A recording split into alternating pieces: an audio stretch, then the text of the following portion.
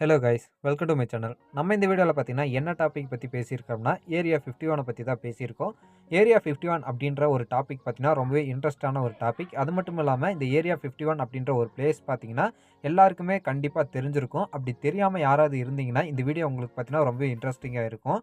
அது மட்டும் இல்லாமல் இந்த வீடியோவை நான் எதுக்கு மேக் பண்ணியிருக்கேன்னா, நம்ம சப்ஸ்கிரைபர் ஒருத்தர் கேட்டிருந்தாரு. அதனால தான் நான் இந்த வீடியோவை மேக் பண்ணியிருக்கேன்.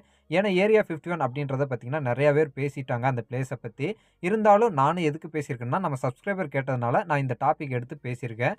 இந்த வீடியோ உங்களுக்கு பிடிச்சிருந்ததுன்னா மறக்காம ஒரு லைக் பண்ணுங்க அண்ட் ஷேர் பண்ணுங்க அண்ட் மறக்காம சப்ஸ்கிரைப் பண்ணிருங்க. வீடியோக்குள்ள போகிறதுக்கு முன்னாடி நீங்க பார்த்துட்டு இருக்கிறது வேர்ல்ட்ஸ் ஃபேக்ட் சேனல். இப்போ வாங்க நம்ம இந்த வீடியோவை டைரக்டா ஸ்டார்ட் பண்ணிடலாம். ஏரியா 51 அப்படின்ற பிளேஸ் பார்த்தீங்கன்னா எங்க இருக்குன்னா, நொவாடால இருக்கிற க்ரூம் ஏரியில லொக்கேட் ஆயிருக்கு.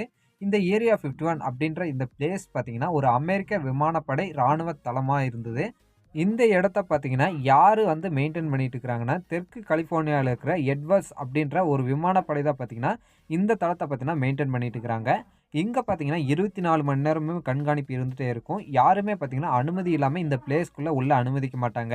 இந்த ஏரியா 51 அப்படின்ற பிளேஸ்க்குள்ளே பார்த்தீங்கன்னா யாருமே உள்ளே நுழைஞ்சிடக்கூடாது அப்படின்னு சொல்லிட்டு மிலிட்ரி பார்த்தீங்கன்னா ரொம்பவே அலர்ட்டாக இருக்கிறாங்க.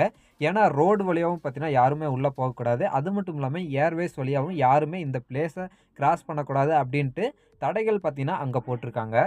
இந்த இடத்துல பார்த்தீங்கன்னா அப்படி என்னதான் பண்ணுறாங்க அப்படின்னு சொல்லிட்டு அமெரிக்க கவர்மெண்ட் இது வரைக்கும் சொன்னபடி பார்த்தீங்கன்னா இங்கே பார்த்தீங்கன்னா விமான சோதனையை தான் முதல்ல மையமாக வச்சு பண்ணிட்டு இருந்திருக்காங்க.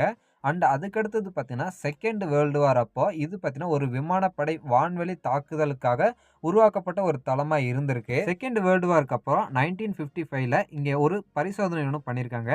அதாவது பார்த்தீங்கன்னா ஒரு விமானத்தை ஒன்று இங்கே தயாரிச்சிருக்காங்க. அந்த விமானம் பார்த்தீங்கன்னா லாக்ஹெட் U-2 அப்படின்ற ஒரு ஹை ஆட்டிடியூட் ரெகக்னைசிங் ஏர்கிராஃப்ட் அப்படின்ற ஒரு விமானத்தை பார்த்தீங்கன்னா இங்கே உருவாக்கிட்டு இருந்திருக்காங்க. இந்த விமானம் மூலமா பார்த்தீங்கன்னா உயரமான, அதாவது அதிக அளவு உயரம் போய் உலக பார்க்கறதுக்கான ஒரு விமானத்தை பார்த்தீங்கன்னா இங்கே தயாரிச்சுட்டு இருந்திருக்காங்க. இந்த விமான தயாரிப்புக்கு பார்த்தீங்கன்னா ப்ராஜெக்ட் அக்யூட்டன் அப்படின்ற ஒரு பேரையும் கொடுத்துருக்காங்க.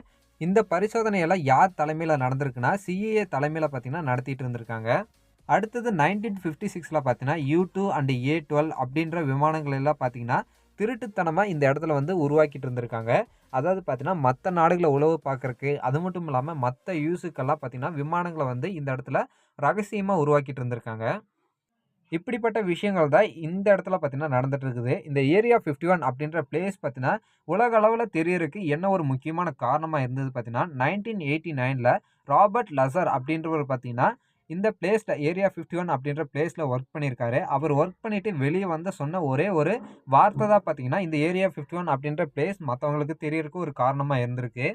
அவர் பார்த்தீங்கன்னா என்ன சொல்லியிருப்பாருன்னா, இவர் பார்த்தீங்கன்னா ஒரு வேற்று கிரக தொழில்நுட்பத்தில் பணிபுரிஞ்சதாகவும் சொல்லியிருப்பாரு. இப்படி இவர் சொன்னது ரொம்பவே ஒரு ஆச்சரியமாகவும், அது மட்டும் இல்லாமல் அந்த மாதிரி தொழில்நுட்பம் அங்கே இருக்கிறதாகவும் பார்த்தீங்கன்னா எல்லாருமே நம்ப ஆரம்பித்தாங்க. இது ஒரு காரணமாக இருந்தாலும் அங்கே வாழ்ந்துட்டு இருக்கிற மக்களும் பார்த்தீங்கன்னா அந்த இடத்துல UFOக்களை அடிக்கடி பார்த்தோம் அப்படின்னு சொல்லியிருக்காங்க. அதாவது பறக்கும் தட்டுகளை பார்த்தீங்கன்னா அங்கே அடிக்கடி பார்த்துருக்கோம் அப்படின்னு சொல்லிட்டு அங்கே வாழ்ந்துட்டு இருக்கிற மக்களும் சொல்லியிருக்காங்க.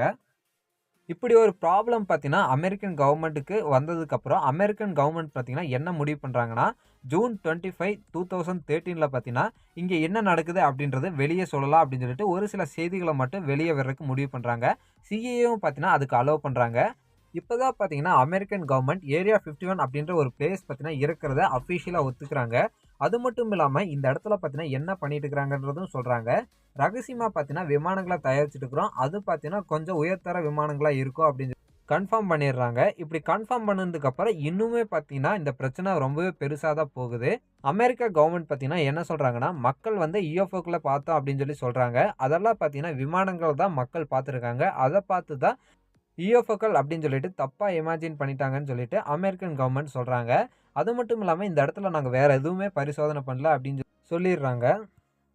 இப்படி அமெரிக்கன் கவர்மெண்ட் பார்த்தீங்கன்னா இந்த இடத்துல விமான பரிசோதனை தான் பண்ணுறோம் அப்படின்னு சொன்னாலுமே இன்னும் ஒரு சில சந்தேகங்கள் இருந்துட்டு தான் வருது. விமான பரிசோதனை பண்ணுறதா இருந்தாலும் இந்த இடத்துக்கு பார்த்தீங்கன்னா எதுக்கு அவ்வளோ செக்யூரிட்டி கொடுக்குறாங்க? அது மட்டும் இல்லாமல் இந்த இடத்துல பார்த்தீங்கன்னா யாருமே உள்ளே அலோவ் பண்ண மாட்டேங்கிறாங்க. வேலைக்கு வர்றவங்களையும் கூடவே பார்த்தீங்கன்னா ஒரு பிளேனில் தான் கூட்டிகிட்டு வந்துட்டு திரும்பவும் கூட்டிகிட்டு போய் வர்றாங்க. இந்த மாதிரி சந்தேகங்கள் பார்த்தீங்கன்னா நிறையவே இருந்துட்டு தான் இருக்குது. ஏரியா 51ன்றது பார்த்தீங்கன்னா இது வரைக்கும் இன்ட்ரெஸ்டிங் ஒரு டாப்பிக்காக தான் போயிட்டுருக்கு. இந்த இடத்துல என்ன நடக்குது அப்படின்னு சொல்லிட்டு.